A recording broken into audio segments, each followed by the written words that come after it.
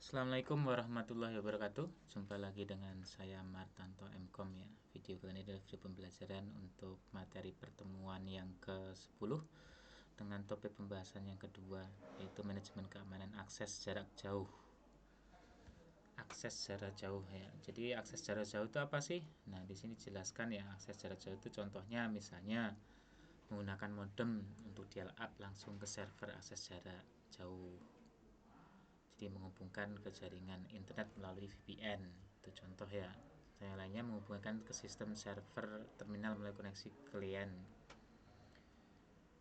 Nah, itu contoh-contoh akses jarak jauh ya. Jadi kan kita kan misalnya yang lainnya kan kita remote ya.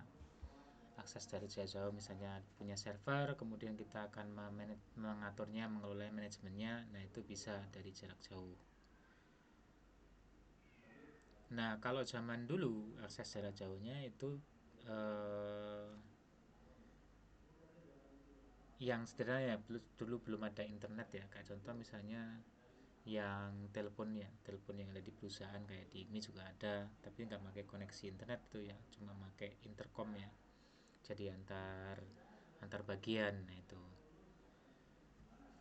Nah, untuk eh, tekniknya ya, teknik akses jarak jauh itu ada empat ya, dibagi empat di situ. Ada yang pertama itu adalah layanan spesifiknya.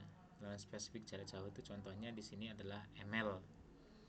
Jadi dia memberikan layanan khusus kepada pengguna, nah tapi jarak jauh itu ML ya, layanan spesifik. Kemudian pengendali jarak jauh. Nah, pengendali jarak jauh di sini misalnya contohnya eh, kita mau remote server tadi ya, mau remote server itu termasuknya pengendali jarak jauh ya, kita mengendalikan ya. Terus ada pengikis layar. Jadi pengikis layar tuh kayak apa? Team viewer kayak gitu ya, team viewer. Jadi kita bisa meremote komputer kita sampai layar kita semuanya bisa remote dari jarak jauh. Jadi biasanya seperti itu ya. Jadi kalau contoh pemakaiannya yang lainnya misalnya jaringan ya. Jadi mau nyeting misalnya router ya. Nah, routernya kan ada di Jakarta, ada yang di Cirebon, misalnya kemudian di Bandung gitu. Nah, kita ada di Cirebon. Nah, di di Bandung tuh rusak. Routernya apa konfigurasinya nggak jalan. Nah, untuk mengeceknya biasanya kita nggak perlu ke Bandung, cukup pakai ini. Jadi pakai kayak contoh TeamViewer. Terus ada yang lainnya pokoknya untuk remote jarak jauh. Nah, itu bisa pakai seperti itu. Terus yang ketiga operasi node jarak jauh. Ini nama lainnya koneksi dial up ya. Jadi kalau zaman dulu pakai modem dial up ya. Koneksi internet tuh ya.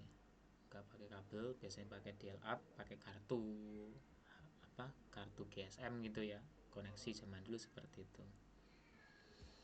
Nah, yang cara tradisional yang tadi saya sebutkan tuh namanya POTS dan PSTN ya. Ini kode telepon dari yang tradisional tadi yang saya bilang ya, masih banyak dipakai di perusahaan-perusahaan ya. Nah, nah untuk keamanan ya, keamanan di sini eh, teknologi koneksi kita jarak jauh. Nah, ini biasanya perlu diperiksa beberapa hal ya di situ ya. Untuk koneksinya, kayak contoh koneksi internet itu kan kayak memakai apa? ADSL, DSL atau ISDN ya, atau jaringan satelit. Nah, itu kita perlu perhatikan di situ. Kemudian selanjutnya pelindungan transmisi. Transmisi di sini kita bisa pakai apa? Transmisinya contoh VPN ya, SSL, TLS, SSH, IPsec. Nah, itu ya. Jadi kan itu untuk keamanan ya, mengenkripsi dari koneksi kita ya, karena menggunakan jarak jauh. Oke, mungkin itu aja untuk pengantar pertemuan sebelum topik pembahasan yang kedua. Kurang lebihnya mohon maaf. Saya akhiri. Wassalamualaikum warahmatullahi wabarakatuh.